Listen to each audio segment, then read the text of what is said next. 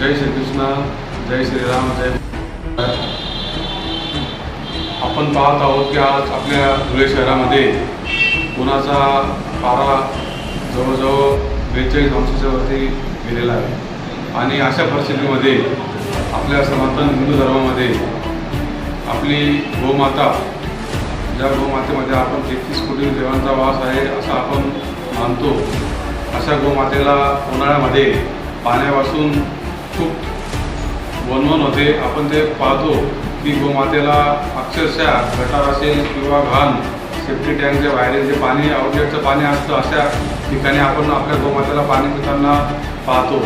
तर अशा प्रसंगी श्री द्वारकाधीश प्रतिष्ठान व श्री द्वारकाधीश प्रतिष्ठानचे संस्थापक अध्यक्ष आमचे गुरुवर्य परमभक्त रवींद्र बापूजी शेलार यांच्या संकल्पनेतून धुळे शहर व जिल्ह्यामध्ये गेल्या 15 वर्षापासून जो आम्ही उपक्रम राबवत आहोत की आपण ज्या गोमातेला आपल्या आई समान मानतो अशा गोमातेला या रवरत्या उन्हामध्ये स्वच्छ पाणी पिण्यासाठी मिळावे म्हणून आम्ही चौक तिथे गो आहोत ही संकल्पना गेल्या अनेक वर्षापासून राबवत आहोत. आणि त्याचाच एक भाग म्हणून यावर्षी देखील आपण उन्हाळा सुरू झालेला आहे. आपण बघतो रस्त्यांनी जे वाटसरू नागरिक असतात, मानव असतात, त्यांना माणसांना देखील पाण्यापासून कशा पद्धतीने त्रास होतो.